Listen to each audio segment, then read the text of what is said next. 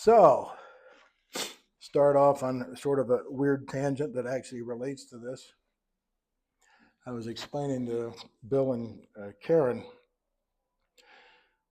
I try, when you're looking at end time prophecy, I try not to inject anything about today generally and say, oh, this prophecy here, this is being fulfilled as we speak, that kind of thing. I'm not a prophet and I don't have those kinds of skills. But I was just overwhelmed as I was studying through this material again. The last time I saw them would have been right at the end of Donald Trump's return from the Middle East trip, Arab Emirates, all that.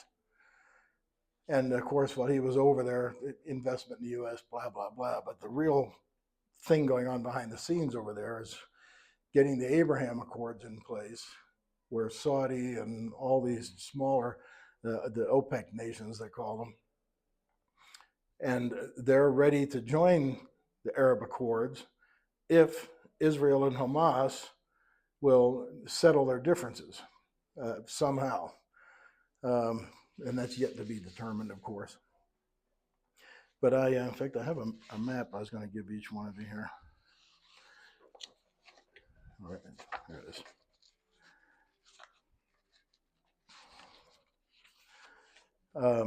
Israel has been advocating for a while now what they call a peace bridge, which effectively is all of the Middle East, with the exception of Iran, all of the Middle East and Egypt and Israel, all at peace with each other.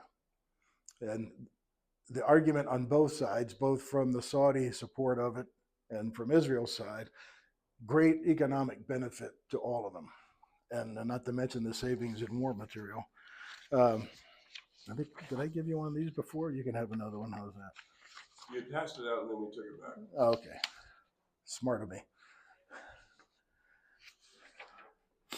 So just to familiarize yourself with this is the program for the ball game. These are the teams.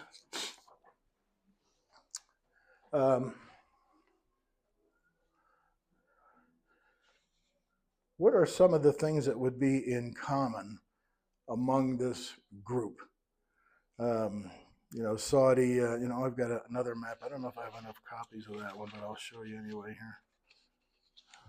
Yeah. Did I hand this out before? No, it looks like I've got copies of that too. I got another one for you. So what I like about the map I gave you is it gives you some perspective just in general when they're talking about, first of all, you notice this map, there's this little tiny area called Israel. And this is the land that has God's eye. These are his chosen people that live in that little tiny piece of land is just the most important thing in the world and is in the center of every conflict you can think of in one way or another. So I like this because you can see where Oman is in Yemen. I haven't been there yet. I supported the embassies in both places, but never got over there. And the Somalia, of course, that's the Somali rebels and the Houthi and all of that nonsense right at the opening to the Red Sea.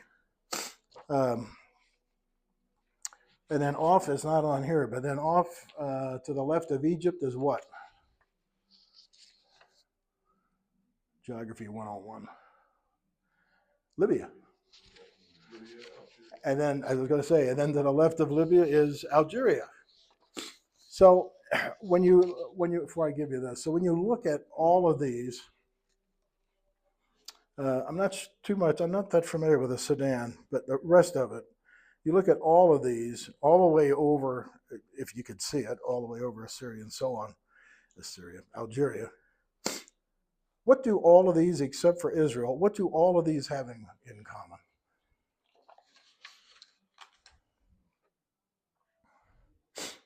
There's lots of things that are in common there. Iraq, Iran, Syria, Jordan, Saudi Arabia, Yemen, all of that. Egypt, if you could see Libya and Algeria, what do they all have in common? There's at least one thing that should just jump at you. I know, they're all on the map. That's what they have in common. They're all Muslim countries, every one of them. Now, some are a little less Muslim, if you want to put it that way, and that would be Jordan. 60% or so of the country is Muslim, 40% is Christian. And of course, we know the land of Jordan as the land of the Amorites, the Moabites. I'm cheating because it's on the board. Oh, it's Edomites. okay. Oh. Now I know why I put it up there. You get a gold star today. But in any case, so Jordan's kind of a mix of Christian. The rest of them are pretty much Muslim these days. And I've said in classes before, I think one of the things that's helped the world stay as peaceful as it is all the radical groups you can find in those different countries are not united. They all have different, ISIS has got its own axe to grind, and you got Hamas, you got Hezbollah, you got, all these sort of terrorist groups, the Houthis, they don't all have the same, you could argue that the Hamas and Hezbollah and the Houthis have one thing in common, and that's they get all their money from Iran. But yeah, one of the things they have in common generally is that they're Muslim, and that was part of what the October 7th uprising was. The Hamas believed that if they got started butchering Jews, all the other Muslims you can see on this map would just come flooding in and give them a big hand, and Israel would be defeated, and that would be it. That was sort of the grand plan, which thankfully backfired. So one of the things they have in common, of course, is their religion, but there's other things in common on this map. So if we say that Muslim is a commonality, what biblical truth is in that Muslim relationship?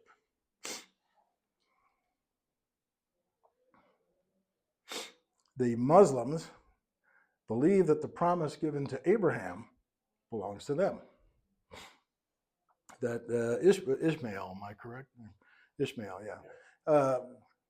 The Ishmael was Abraham's firstborn son. Now it was a handmaiden or whatnot, but it was firstborn son. And the Muslims claim that promise that Abraham got about his descendants and the promised land and all of that. And so they adopt the Bible right through to where Jacob's born, and then, Isaac, until Isaac's born, and then they split, they diverge from that point. But they believe that they're entitled to Israel and God's promise and the Messiah, and all of it is going to be Muslim lineage and so on, play out in prophecy to benefit the Muslim community. So they have that in common, that we own that land, not you. And of course, that supports the Palestinian view, if you will. Promise of Abraham refers to them. Religion we talked about. Two other things. What's probably the one thing the world knows about Saudi Arabia? If you said Saudi Arabia to somebody, besides sand, desert, which is a huge part of it, oil. That's the other thing they all have in common. They're big oil producers. All of them are. And in fact, I brought a sheet with me.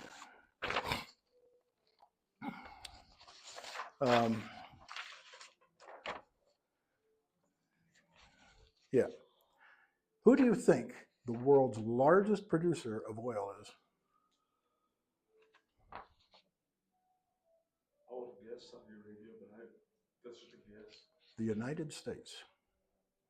And this is as of 2023. We produce 13,401,000 barrels a day. Saudi produces 10,000,008. Now the difference, and then the next one on the list is Russia at 10,007,000. I was going to put them in there somewhere. Yeah, So that's kind of your top three. China's way down the list. You'd think China maybe, but no, not even close. Iran, Iraq, Canada, Russia, and then you start getting into the smaller ones. But here's the interesting thing. So first of all, regardless of religion, which you find out even when you're in Israel, it's all about the dollar. It's all about the dollar. Whether you're in Venezuela or Brazil or Saudi Arabia, if you're affecting my oil revenues, I don't like you. And here's the top 23 countries that produce oil. So there's a sort of a worldwide interest in what goes on in the oil patch, as they call it.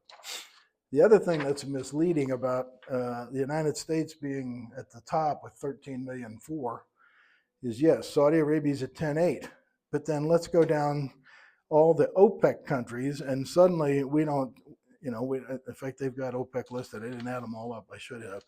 But even if you just look at, Yemen, Oman, Qatar, United Arab Emirates, and you just add those into the Saudis, they're at 20 million barrels a day, that conglomerate. The other thing that's interesting, because that's how I first got started thinking about it, you have Oman, their population is slightly higher than New Mexico. Or did I mention this when you guys were here last? Yet they need 277 brand new 777 jets. It'd be like, wait a minute, how many jets do we need in New So what you find with these countries running along here, Sana'a, Yemen, pick any of them in there.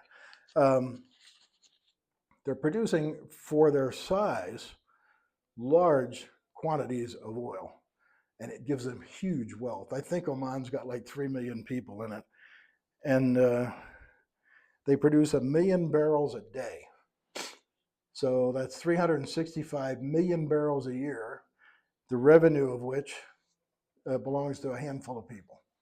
And you start to get the sovereign wealth effect from all the different kings that own these things, and emirates and so on. So they have a lot of power and wealth, even though they're just little tiny nations. We need to remember that too. You'll see where I'm going in just a minute here. So on this map, what we have in common then are a common faith, Muslim. Now, how many people know the Muslims are divided into two major groups? No? Sunnis Look at and it. I'm sorry? Sunnis and Shia. Shia. Yeah. They have Shia, which you'll hear of Shia rebels, Shiites, and all kinds of things. But the Shia Sunnis and the Sunni. The Sunnis, there's Sunni Muslims. When Muhammad died, he left no successor. Two relatives, I think they were cousins, but don't hold me to that, but two relatives of him fought for the right to be the next leader of the, I'll say the Muslims. And they've been fighting ever since. The Sunnis are generally seen as peaceful. They really don't want violence. The Shia are the complete opposite. Just so we understand that as well. So they have a common religion, and then he's got the answer. He has the answer right here. So they have I'll give him a map here so he knows what we're talking about. Well, I just brought him back here. I can't have lost him that fast.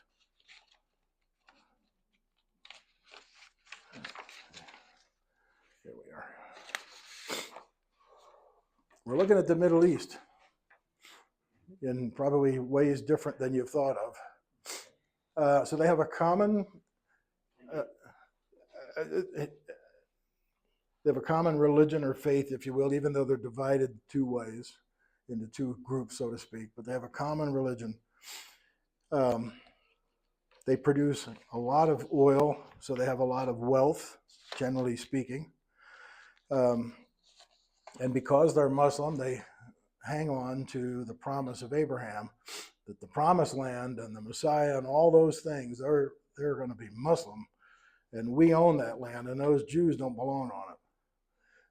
Now, some of them are quite peaceful. Saudis, a good ally of ours and so on. But they all hold that view. But a different view, I would argue, which was exhibited by when President Trump went over, they also hold the view that wealth is everything. And even the ones that don't have it right now, Iran in particular, with all the restrictions that are put on them and so on, they would love to have an agreement with the U.S. that lifts all those restrictions, and then they would just start pumping oil, drill, baby, drill, and join the wealth of the rest of the surrounding countries. So they have wealth in common. So, give you an idea. Saudi's a big, a land with a lot of desert. So I think we lose our perspective a little bit. So this map zooms in on the map I gave you earlier. Do that one.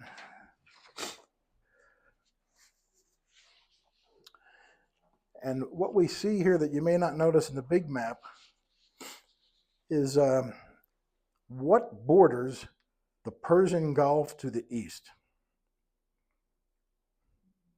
It's all Iran. Yeah. Every bit of it. And if you go back and look at this guy I gave you first, they border pretty much all of it, including, is it the Indian Ocean? Arabian Sea, that's right. Iran is a huge landmass, and they border all of this Persian Gulf. So, who's on the other side of the Persian Gulf? We have Kuwait, we have Bahrain, Saudi Arabia, of course, Qatar, Bahrain. Look at the size of Bahrain. I mean, I think Long Island might be bigger. I don't know, but you can see it's small. Here's Qatar, not really a significant size. In the news all the time, in Qatar Air, if you're going to fly somewhere, that's the airline to fly on. But you come across here, the United Arab Emirates, Abu Dhabi, and so on. Oman, look at the small footprint for Oman. It's because the rest of it is down below, but it's still across the water from all of these people is Iran. And the current position on Iran, that Iran is taking on everything, has caused then all of these people to want be our allies, I guess is the way to put it. To find, and not necessarily to be our allies, but to find a way to defend against them and yet bring peace to the whole area, so there'll be prosperity for everybody. Down the road, I think one of the things that's starting to develop, but I don't know, is a way to bring peace to Iran. And this is what Trump keeps talking about, the prosperity that this whole region would enjoy if Iran was a part of the group rather than an enemy of everybody would be enormous. And that's what's driving, I think, the politics side of all of this. So I started the class by saying, if you give everybody enough money, you forget your family too. Yeah. What is it? Better to know the devil you're with than... so if you're a person... Now, you just gave me another thought. If you're a person that likes real estate, here you go. The huge percentage of the oil in the world right here, right at your doorstep. And then go on over to the southern end of Israel where Gaza is and put in a Mediterranean Riviera run by the United States and our Arab allies.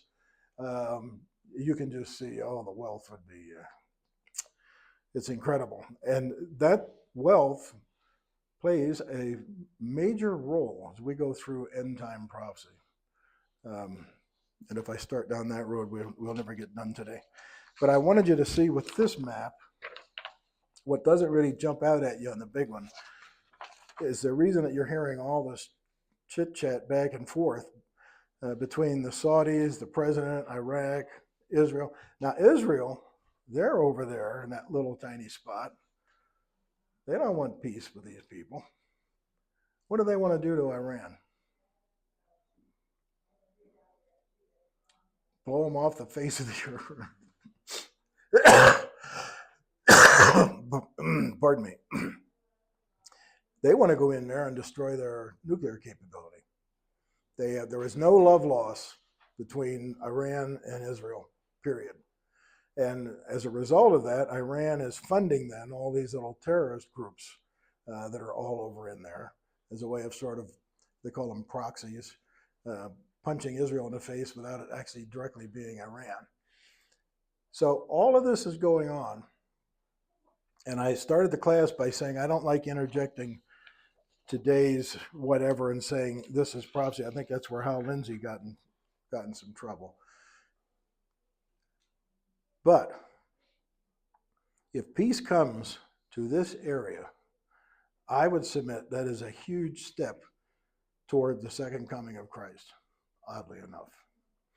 Because you're going to see wealth plays a role all the way through this thing, all the way to the end. And I think we're starting to see something develop here. So now you take this area, even Turkey, and now there's a peace there.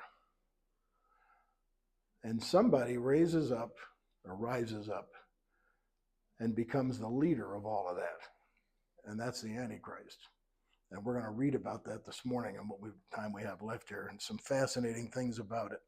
So with that as a sort of prelude, I did not print any of these out. You'll have to kind of look them up in your Bible, but I've got them up here thanks to the pastor leaving them up here. I'm sorry, I'm standing in front of him. So Zechariah 2, 7 to 13 will be our first one. And I said I would title this War and Peace because we're going to see the war of all wars, and we're going to see a peace that only Christ can bring. And we're going to get a look, if I can do this correctly, at how Christ is going to rule during the millennium. I don't think we understand that. And so we're going to get some insight into that too today if we get through all of this. So Zechariah 2, 7 through 13. Come, Zion, escape, you who live in daughter Babylon. For this is what the Lord God Almighty says. After the glorious one has sent me against the nations that have plundered you, for whoever touches you touches the apple of his eye. Israel is the apple of his eye. I will surely raise my hand against them, so that their slaves will plunder them. Then you will know that the Lord Almighty has sent me. Shout and be glad, daughter Zion, for I am coming, and I will live among you, declares the Lord. And I don't think the Jews understand what that means either, by the way. We're going to get a little hint of that today. Many nations will be joined with the Lord in that day. Many nations will be joined with the Lord in that day and will become my people. So right away, you can just see in that, the Gentiles who have accepted Christ as their Savior are going to be a part of his millennial reign, a part of his kingdom. And we know this, I'm assuming you separate the sheep from the goats and so on, all the different prophecies around that. The bad nations, those who supported the Antichrist, are going to be gone. And the nations that supported Christ might be the United States. I don't know. It could be Brazil. Pick a country. But he's saying that not just the Jews are going to be in his kingdom, so are the other nations that supported him. Who joined with the Lord in that day will become my people. I will live among you, and you will know that the Lord Almighty has sent me to you. Now, well, I'll wait for a minute. This live among you. The Lord will inherit Judah as his portion in the Holy Land and will again choose Jerusalem. And so we've got the map over there. I've got maps I've handed out earlier that show you how Jerusalem gets proportioned out and how the Holy Land gets apportioned out. And the Judah area, the tribe of Judah is right, surrounds Jerusalem, of course, is portion and will again choose Jerusalem. So We moved our embassy back to Jerusalem. Israel has finally moved its capital out of Tel Aviv and put it in Jerusalem. Uh, Jesus is going to come and set his up. Really going to be something. And a worldwide kingdom will rule out of Jerusalem. Never before has that happened. Be still before the Lord, all mankind, because he has roused himself from his holy dwelling. And then we're going to get down to Ezekiel 8, 20, 23.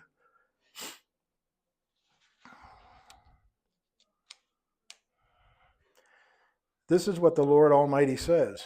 Many peoples and the inhabitants of many cities will yet come, and the inhabitants of one city will go to another and say, let us go at once to entreat the Lord and seek the Lord Almighty. I myself am going, and many peoples and powerful nations will come to Jerusalem to seek the Lord Almighty and to entreat him.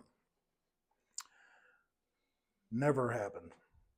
Now, the closest thing probably to that was when David and Solomon were on the throne. Solomon was the Queen of Sheba, I think, came to gather knowledge. And a lot of them wanted to be on favorable relations, but none of them came and asked, well, what should I do with my country? That's what they're going to ask Jesus. In verse 23, this is what the Lord Almighty says. In those days, 10 people from all languages and nations will take firm hold of one Jew by the hem of his robe and say, let us go with you because we have heard that God is with you.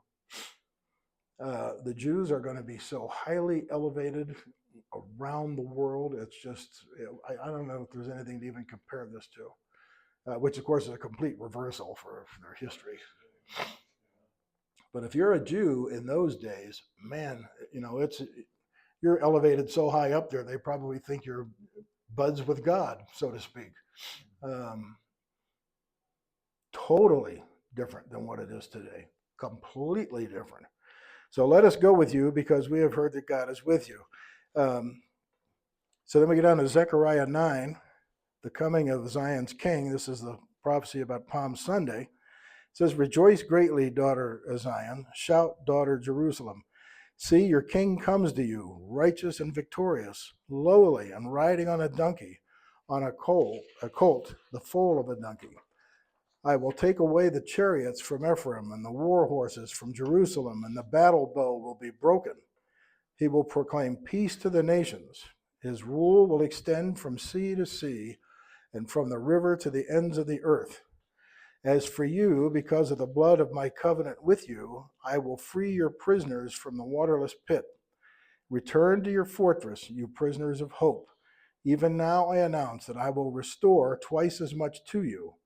I will bend Judah as I bend my bow and fill it with Ephraim. I will rouse your sons, Zion, against your sons, Greece, and make you like a warrior's sword. Well, if we jump over for a moment, you don't have to. I've got it here. It's a short verse. Matthew 21:9. The crowds that went ahead of him and those that followed shouted, Hosanna to the Son of David. Blessed is he who comes in the name of the Lord. So Hosanna in the highest heaven. Now, what they thought was going to happen is what we just read. See, we all hook up on verse 9. He's come riding on a donkey or a colt, and he's coming in peace and so on. What the Jews were hoping, if he was the Messiah, are the other verses. I will take away the chariots and the war horses and the battle and the rivers and so on. I will free your prisoners, return you to your fortress. I will bend Judah as I bend my bow, and so on. They wanted to see a king that was going to come in and rule as a king, and not a king, but the King of Kings. And when Jesus didn't do that, they rejected him as a Messiah. Particularly after he was crucified, they rejected him even more because he was hung on a tree and, all these crazy objections they had. The apostles knew this Zechariah thing. And here we get the Hosanna. So what happens then, if you turn to Matthew 24 for a moment, we're going to tie in the apostles to what we've been studying. So all the prophecy we've done, Daniel and Zechariah primarily so far, we'll see some others in a minute. The apostles knew these things. The disciples, I'm sorry, they knew these things. So in Matthew 21:9, he comes in, Palm Sunday, we call it, into the city. 6 days later, or 5 days later, 6, I think it is. No, 5, because he's going to get crucified. That's right. So 5 days later, Jesus leaves the temple and was walking away when his disciples came up to him to call his attention to the buildings. And of course, you haven't been over, and a lot of it you have to see is recreated because they destroyed a lot of it. But it was, and in those days, it would have been massive, the construction and so on. So they wanted to look at these buildings and all of this, and it was all brand new too. I mean, it would have been just shiny bright. Do you see all these things, he asked? Truly, I tell you, not one stone there will be left on another. Everyone will be thrown down, which it was. As Jesus was sitting on the Mount of Olives, which you come out of the temple, you go down the valley and up, and now you're the Mount of Olives, and it looks straight across at the side view of the eastern wall of the temple. Spectacular view, just incredible. And that's one of the things, if you get a postcard or travel brochure or something, that's one of the real famous pictures is your Mount of Olives. And right now you got this gold dome on the left side and the temple on the other. Well, actually, what you're seeing is a retaining wall and a gold dome. The temple's not there. Any case, these across. So all these things are going to be thrown down. Well, good grief, what does that mean? And now they walk down the valley and back up the other side to the top of Mount Olives. And he says, as Jesus was sitting on the Mount of Olives, the disciples came to him privately. Tell us, when will this happen? And what will be the sign of your coming and of the end of the age? Did I print that up?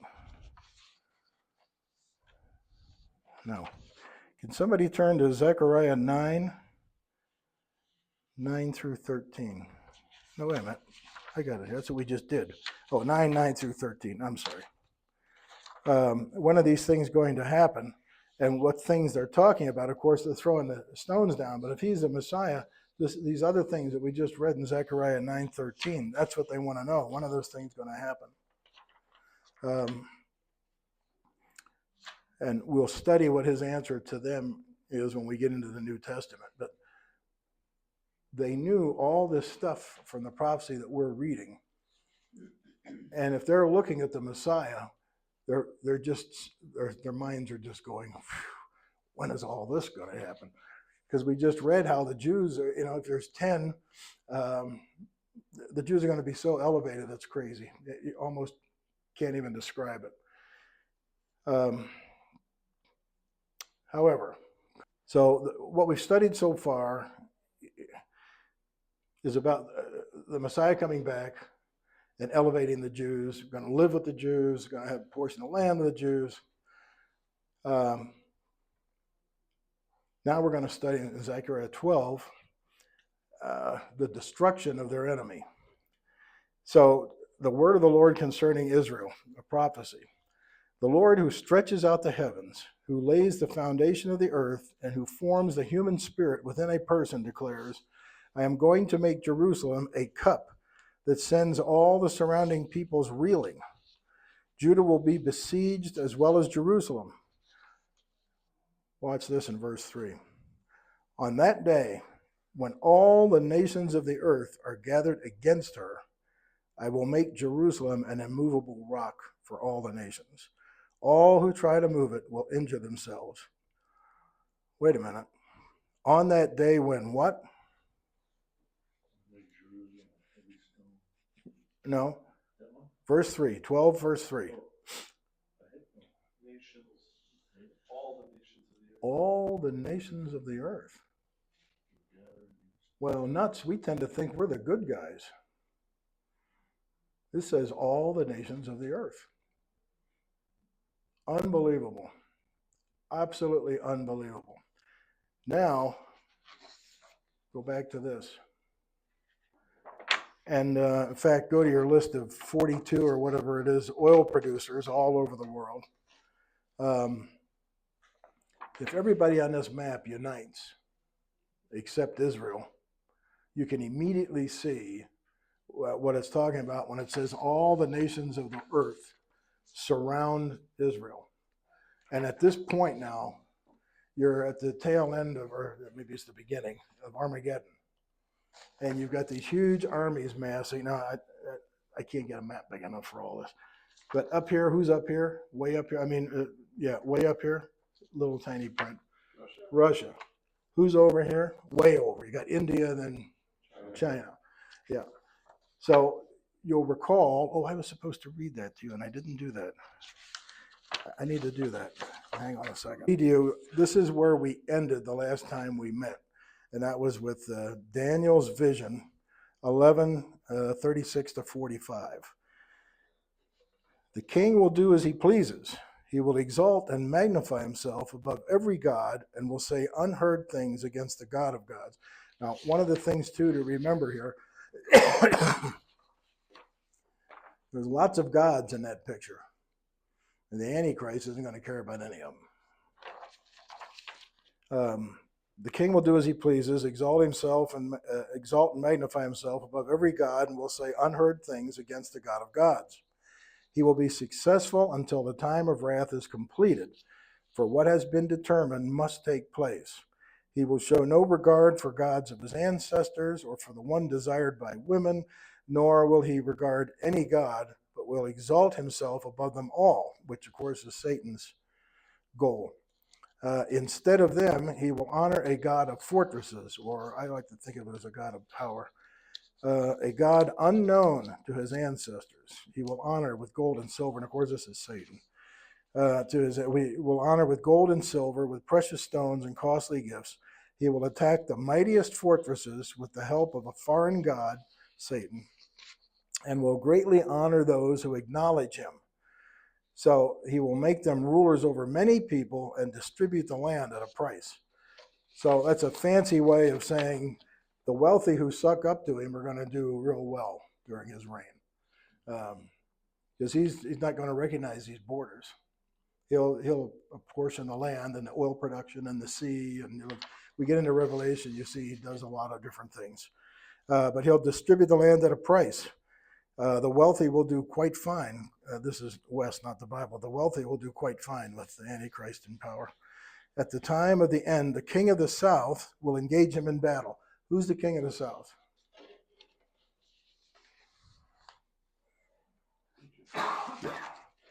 Egypt.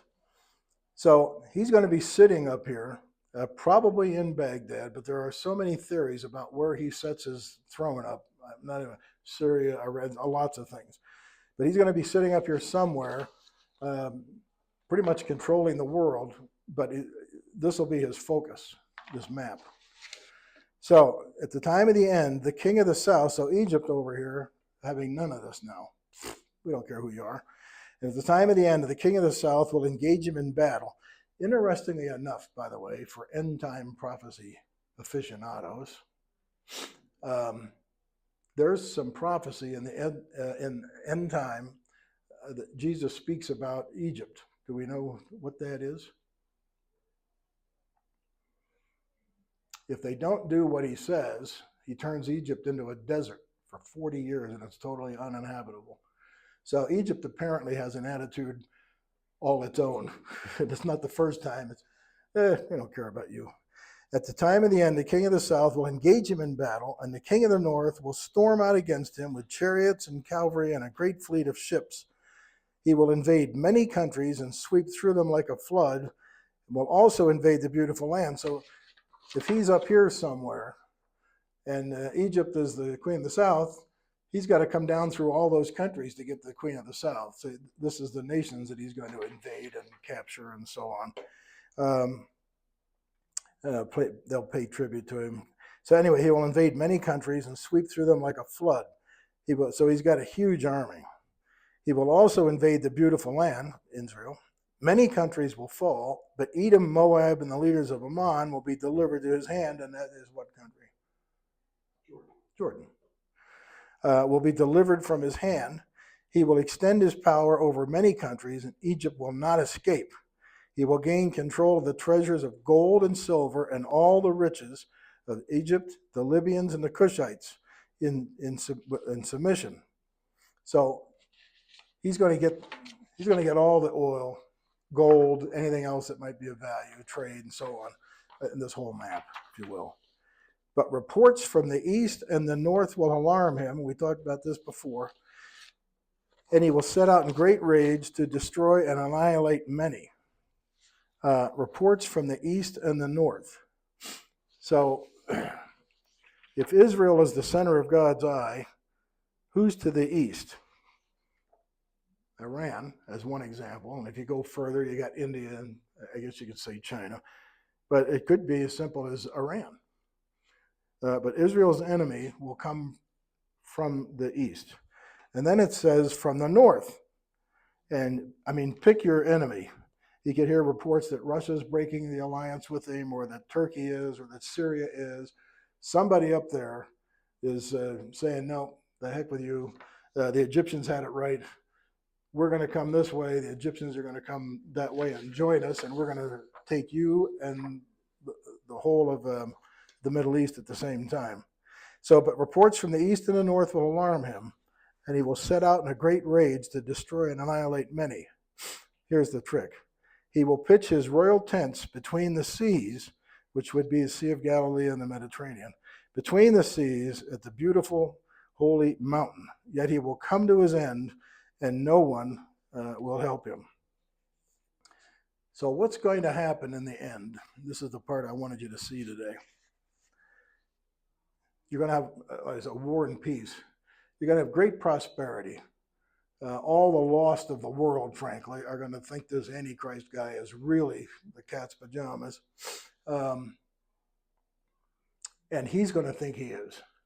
And when he hears about north, and he takes care of all of that by camping in Israel, in Jerusalem, establishing himself as God in the temple, as God as king, all the things that, talk about blasphemy, just horrible things. But it says, yet he will come to his end and no one will help him. Now, you have the city of Jerusalem, the country of Israel, city of Jerusalem for sure, totally surrounded. They have no army. They have no weapons. That's all gone, previous prophecies. Now, it looks like they're going to be annihilated by this guy and his big giant army, if you will. We don't have time to read all of these. Darn it. There are there's at least 5 references I've got. Somebody read Psalm 18:3. When you're surrounded, God comes to your rescue. Psalm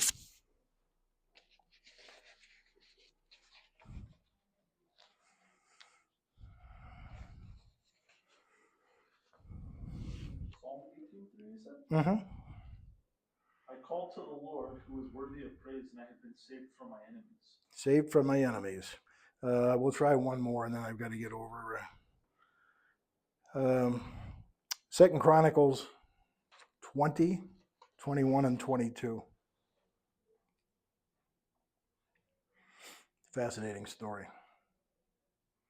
2 Chronicles 20, 21, and 22. When he had taken counsel with the people.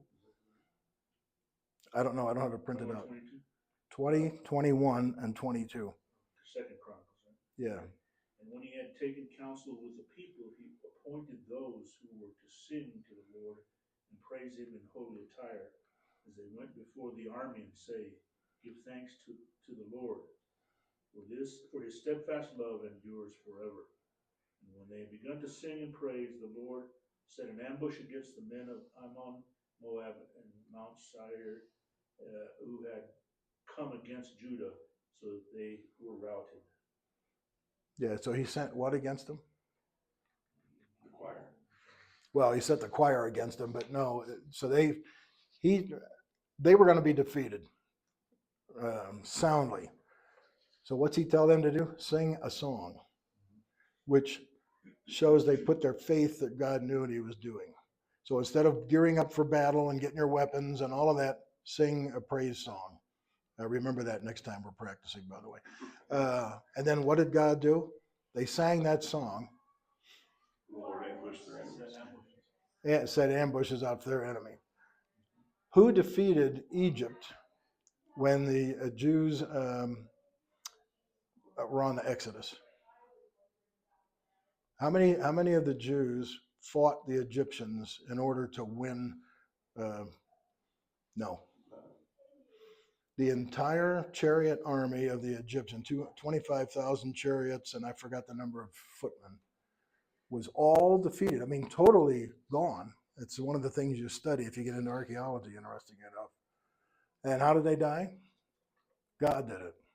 They didn't have to lift a single finger. They were totally surrounded. Their backs were literally up against the sea. They had nowhere to go, no help, no army. And now we go over to Zechariah 12, and we go back to verse 4. We'll start with verse 3. On that day, when all the nations of the earth are gathered against her, I will make Jerusalem an immovable rock for all the nations. All who try to move it will injure themselves. On that day, I will strike every horse and panic and its riders with madness, declares the Lord. I will keep a watchful eye over Judah, but I will blind all the horses or power of the nations. So in the end, when they think Jerusalem is surrounded, this is this Armageddon, when they think Jerusalem is surrounded, God beats them. And how does he? That's the other thing. You tend to think of God as someone up there with a magic wand. You're dead. How does he do it? He always has an interesting way. My ways are not your ways. Your thoughts are not my thoughts. How does he defeat the entire army of all these nations?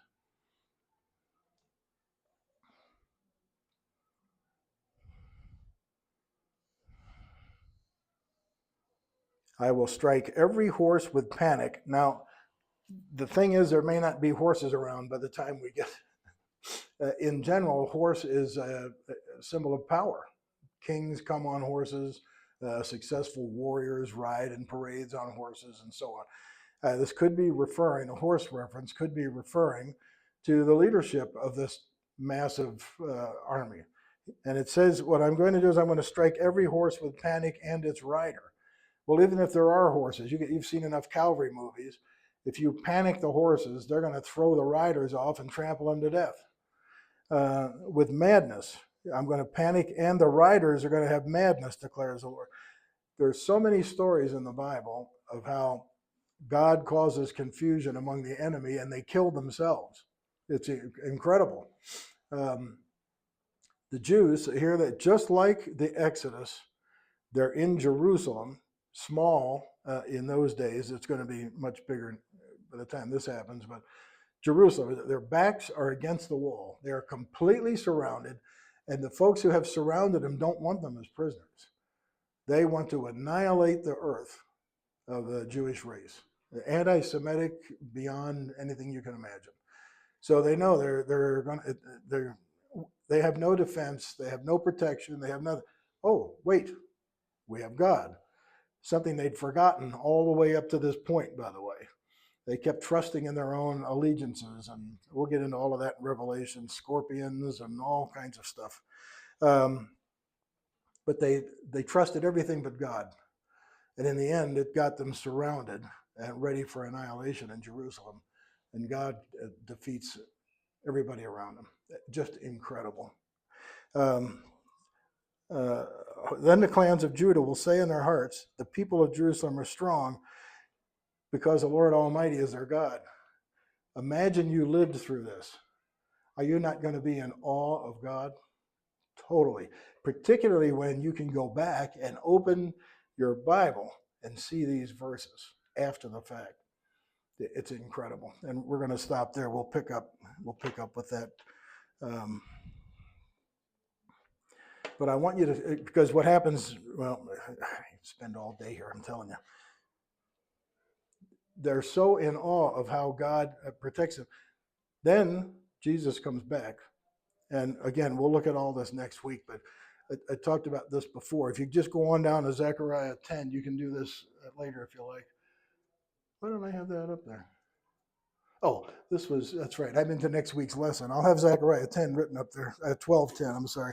Zechariah 12:10, and I'll leave you with this. And I will pour out on the house of David and the inhabitants of Jerusalem a spirit of grace and supplication. So he's destroyed all this. We cut out a piece, but we will get it next week. But they will look on me, the one they have pierced. Now, this is the Jews in particular. And they will mourn. Remember, I was telling you there's not a big celebration when Jesus comes back and, yay, we were right. That's the Messiah. No. They will mourn for him as one mourns for an only child, and grieve bitterly for him as one grieves for a firstborn. They are going to realize the mistake they made and the damage that it caused and so on. On that day, the weeping in Jerusalem will be as great as the weeping of Hadad Ramon on the plain of Megiddo. The land will mourn, each clan by itself. I mean, they're actually going to go off in a formal mourning with their wives by themselves, the clan of the house of David and their wives, the clan of the house of Nathan and their wives, the clan of the house of Levi and their wives, the clan of Shimei and their wives, and all the rest of the clans and their wives. And I'm definitely going to stop there.